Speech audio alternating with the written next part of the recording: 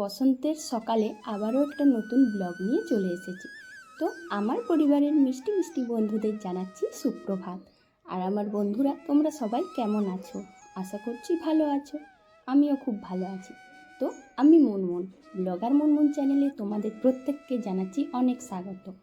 আজকে আবারও একটা নতুন ব্লগ নিয়ে চলে এসেছি। তো পুরো ভিডিওটা দেখার জন্য সবাইকে অনুরোধ জানাচ্ছি।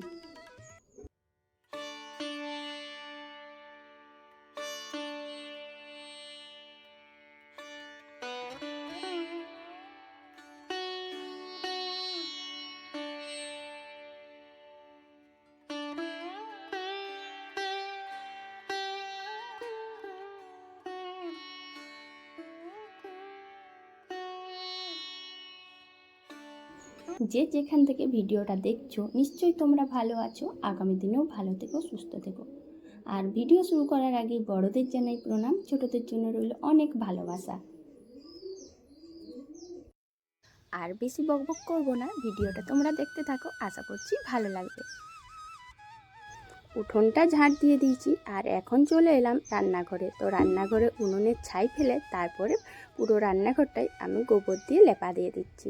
আর জানো তো বন্ধুরা, আজকে কিন্তু গোবর লেপাটা খুব ভালো হচ্ছে। কেন জানি না, আজকের গোবরটা বেশ কালো ছিল। আর তার জন্য খুব ভালোভাবেই দেখো কি সুন্দর কালো কালো দেখাচ্ছে মাটিটা। তো আমি এখন চলে এলাম ফুল তুলতে। আর দেখো আমার বাগানের ফুলগুলো, সত্যি আমার বাগানটা এলে আমার মন তো ভালোই হয়। আবার আমার কিছু কিছু প্রিয় বন্ধু যারা রয়েছে, আমার যারা সাবস্ক্রাইবার রয়েছে, তারা কিন্তু আমার বাগানটাকে খুব ভালোবাসো। আর তাদের জন্য আমি আবার বাগানটা চেষ্টা করি প্রত্যেকটা ব্লগে তোমাদের সাথে শেয়ার করতে। সত্যি বলতে, ফুলের মতো সুন্দর, ফুলের মতো নিষ্পাপ পবিত্র জিনিস পৃথিবীতে আর কিচ্ছু হয় না। তাই ফুলের বাগানটা দেখলে সবারই মন ভরে যায়। তো আমি এখন ফুলগুলো তুলে নিই আর তোমরা আমার ভিডিওটা দেখতে থাকো।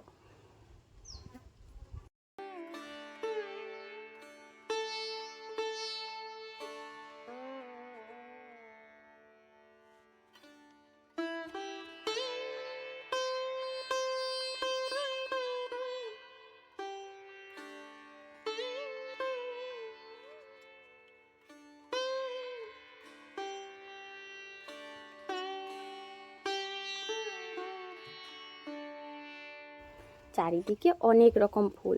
তো আমার ঝুড়িটা না প্রত্যেক দিনই না একটা দুটো করে ফুল তুলতে তুলতে ভর্তি হয়ে যায়। আর ফুলগুলোও তুলে নিয়েছি, এখন চলে এলাম ঘরের মধ্যে। আর দেখো আমার ঘরটাও ভালো করে ঝাঁট দিয়ে দিচ্ছি। আর জানো তো বন্ধুরা, তোমাদের সাথে আমার শাশুড়িমায়ের রুমটা শেয়ার করতে পারি না, কারণ খুব অন্ধকার থাকে। আর সত্যি বলতে সব কিছু তো শেয়ার করাও যায় না। তো যাই হোক, আমার রুমটা তোমাদের সাথে শেয়ার করে দিলাম। আর এই যে সকালবেলায় উঠে চারিদিক না পরিষ্কার করে ঝাঁট দিলে না একদমই মন মেজাজ ভালো লাগে না। তো প্রথমে আগে ফুলগুলো তুলে নিয়েছি, এখন আমি ঝাড় দিয়ে দিচ্ছি। আর সকালবেলায় ঝাড় দেওয়ার সময় প্রত্যেকটা জিনিসের নিচে একটু ঝাড়ুটা দিতে হয়। এমনিতেই আমরা গ্রামে থাকি, তারপরে আবার যদি সকালবেলায় দেখি যে না ঝাড় দেওয়া হচ্ছে, নিচগুলো যদি ভালো করে পরিষ্কার করে না ঝাড় দিই, কী না কী থাকবে তার কোনো ঠিক নেই। তো প্রত্যেকটা রুমেই ভালো করে এখন ঝাড় দিয়ে দিয়েছি, আর আমার রুমটাও ঝাড় দিয়ে দিচ্ছি।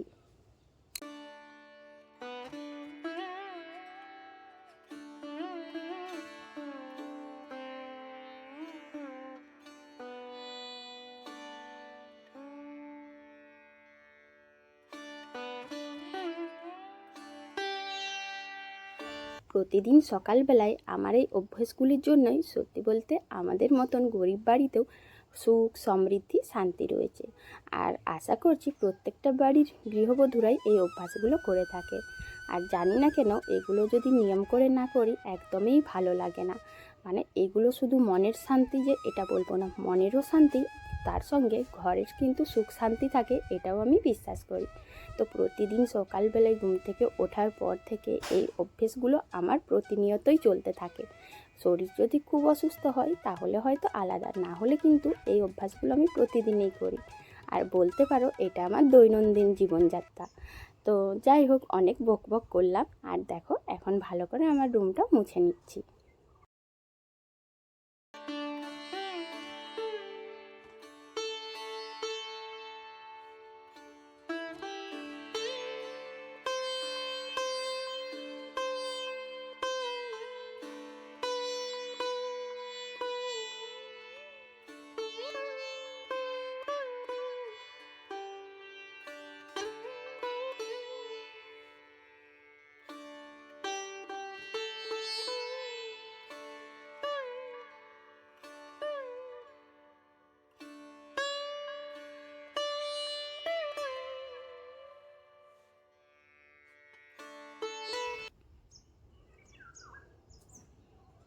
অনেক সময় নিচে ঝুঁকেও আমি রুমগুলো মুছে নিই, আবার অনেক সময় এই ডান্ডাটা দিয়েও মুছি।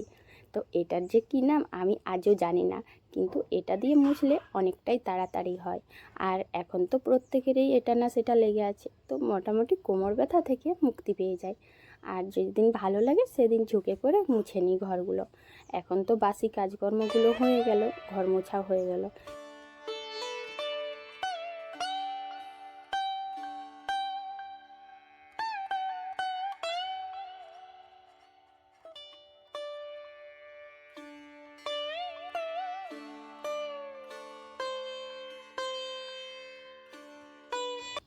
ঠাকুর বাসন ধুতে গেলে কলপাটটা একটু জল দিয়ে ধুয়ে নিই, কারণ বিভিন্ন সময় বিভিন্ন রকম জিনিস ধোয়া হয়, থালা বাসন মাজা হয়।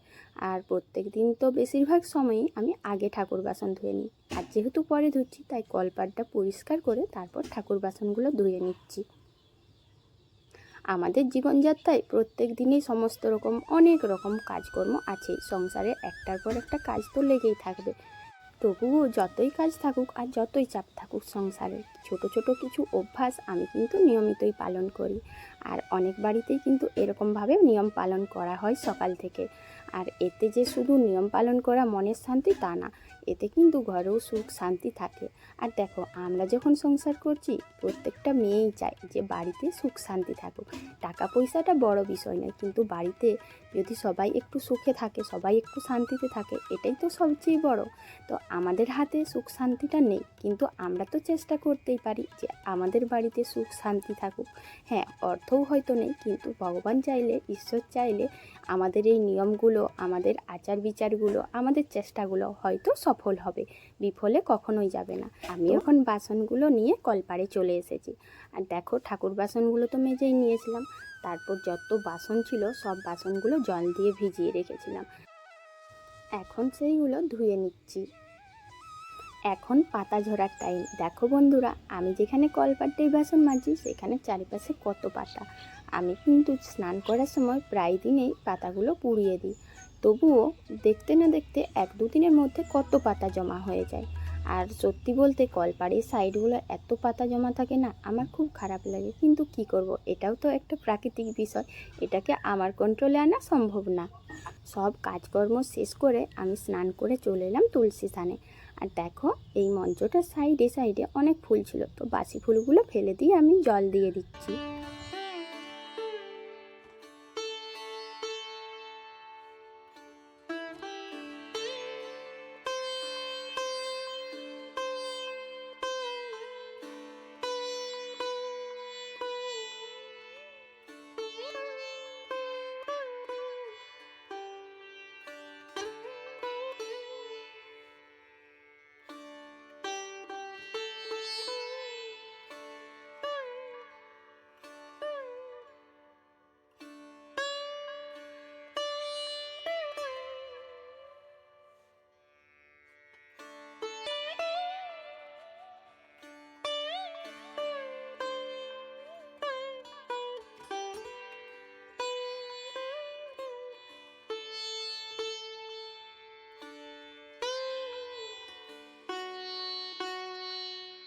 সংসারে সুখ শান্তি সমৃদ্ধি আর সবার মঙ্গল কামনা করে তুলসী ধানে জল দিয়ে দিলাম, আর ধূপও দেখিয়ে দিয়েছি। এখন প্রণাম করে চলে এলাম, যাতে আমি তার আশীর্বাদ সব সময় পাই, আর সব সময় পরিবারের ওপর দেবতার যেন আশীর্বাদ থাকে। তো সব কাজকর্ম শেষ করে এখন চলে এসেছি রান্নাঘরে। তো ভাতটাও করে নিয়েছি, আর আজকে করব কুমড়ো ডাঁটা আলু পোস্ত। দেখো বন্ধুরা, আমি কিন্তু কুমড়ো ডাঁটা আলু পোস্ততে সেইভাবে কিছু দেব না, শুধু 5 ফোড়ন দিয়েই বসিয়েছি।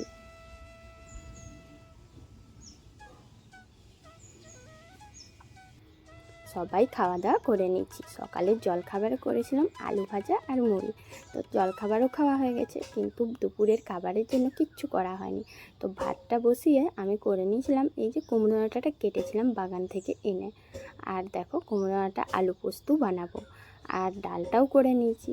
তো তখনকে আমি ছেলেকে স্নান করে দিচ্ছিলাম। তো আমার মিষ্টি মিষ্টি বন্ধুরা, আমার ব্লগটা তোমাদের কেমন লাগলো অবশ্যই কিন্তু কমেন্ট করে জানাবে। আর কুমড়ো ডাঁটা আলু পোস্ত খেতে দারুণ লাগে। এমনিতে আমাদের বাঙালি পরিবারে পোস্ত বললেই সবাই যেন হাত তুলে থাকে, পোস্ত খেতে সবার ভালো লাগে। আর দেখো সকাল থেকে আমি এই যা যা নিয়মগুলো করি, এই অভ্যাসগুলো করলে আমার সত্যি খুব মনের শান্তি লাগে।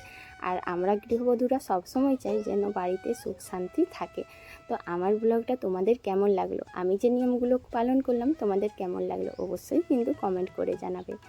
আর যদি আবারও কিছু নিয়ম পালন থাকে সেগুলোও কিন্তু কমেন্ট করে জানাবে। তো দেখো কুমড়ো ডাঁটা আলুটা ভালো করে ভেজে নিয়েছি, আর এখন ওটার উপর পোস্ত দিয়ে দিয়েছি। কিন্তু ছেলে এসে কিছু কথা বলছিল, যার জন্য মাঝখানে একটু দাঁড়িয়েছিলাম। আর এখন এটা ভালো করে ভেজে তরকারিটা করে নেব।